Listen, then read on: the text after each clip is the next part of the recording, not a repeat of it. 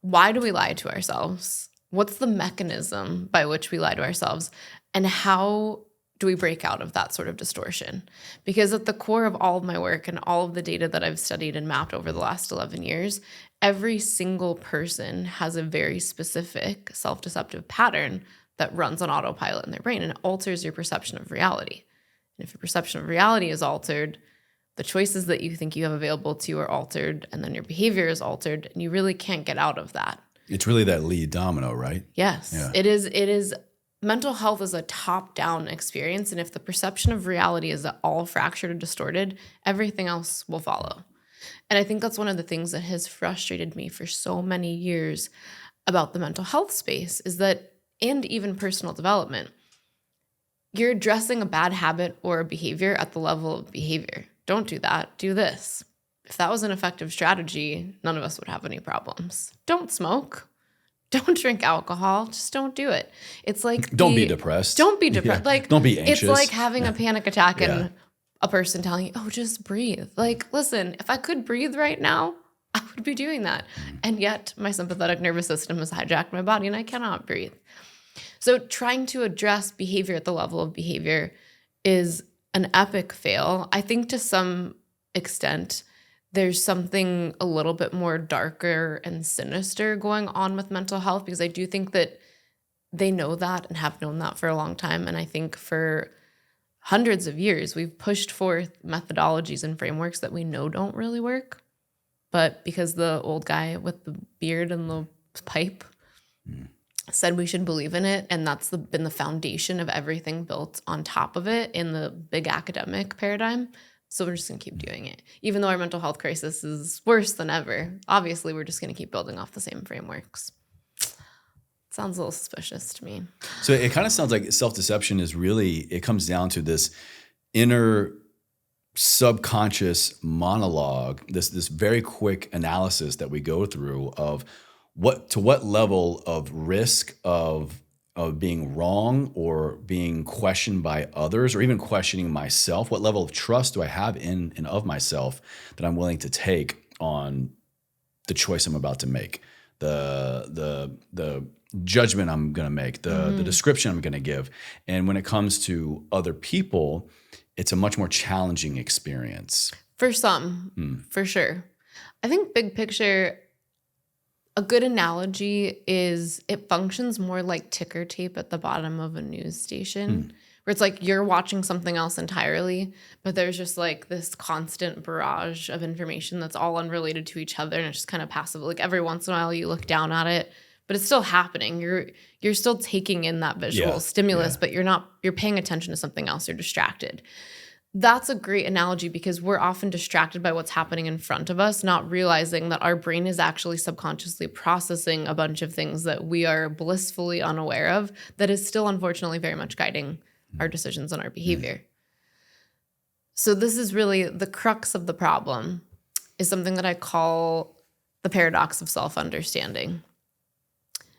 Anyone who's ever been on a self-healing journey and understands the subjective nature of memory encoding, you eventually hit this place, this inflection point, where you realize the more you seek to know yourself, the more you know nothing at all. And actually, it can be both freeing and chaotic. You realize that really nothing is as stable and concrete as you really want to believe that it is. That can be both a freeing experience, or that can also be a very destabilizing experience for some. And we make sure in brain pattern mapping to know which types of people, based on their brain pattern markers, need to slow their roll into that process. Because if somebody already has a challenging time discerning the line between objective and subjective reality, and perhaps does struggle with intrusive thoughts or suicidality, you have to be very careful about how you unravel these threads or these layers, because it can make somebody feel like they're going to lose it. Oh my God, yeah. Because we want things to be concrete because it makes us feel safe. Thus, self-deception is a way to control our outcome. But ultimately, the ultimate level is to realize basically nothing's as concrete and stable as you want to believe that it is. And when you can let go of that desire for control, we can have more empathy for other people. We can kind of see through our own BS, learn how to poke holes in it, and learn how to be a far more dynamic member of society rather than just be restricted into these loops. Where I've landed on my self-healing journey personally is that I know nothing and nothing matters. Welcome back. Isn't it nice? It's once you land on that, you're like, it sounds so, it can sound maybe to some pretty bleak and just like dark, but it's the most freeing realizations I've ever had. I agree with that.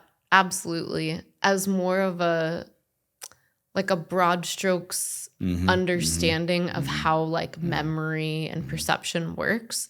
I do think though, and I lay it out very definitively in the book and in my work with Break Method, there is something very prescriptive that each person can do to get out of their pattern. So if you think of a brain pattern like a rut that has been developed for as many years as you've been old, it takes time to get out of that rut. Because if you're 40 like I am, if you haven't done this work, that rut is very deep. And trying to get out of it, your brain pattern fights like a virus to stay alive. And it will, anytime you're kind of over the target zone or reaching that edge where you're about to have a breakthrough, a lot of times it will find a way to pull you back in. And these are quite literally ruts, not metaphorically. And we're talking about like neural pathways. Like neural pathways, yeah. Foundationally, this is just the connections your brain already has. Biochemical and metaphorical, both. And we can create new neural pathways and new connections. It takes work. It's like you've got a train track that's been there forever, but if you want to start laying new ones, like you got to start steering right sometimes. And herein lies the actual rewire work. So once we understand where you are and we understand what essentially you'd have to pass through to get back to the middle, we know exactly what you have to do, when, how to dismantle the systems of language that are preventing you from being able to do that. So instead of saying, Chase, don't do that, do this, we're altering how you're perceiving reality. So you don't even see the previous choice. You're only aware of the latter choice, which is why eventually people come to me and they're like, this is literally like magic. Like how gotta be so how does it happen? freeing. How did this work? Why doesn't everybody know about this?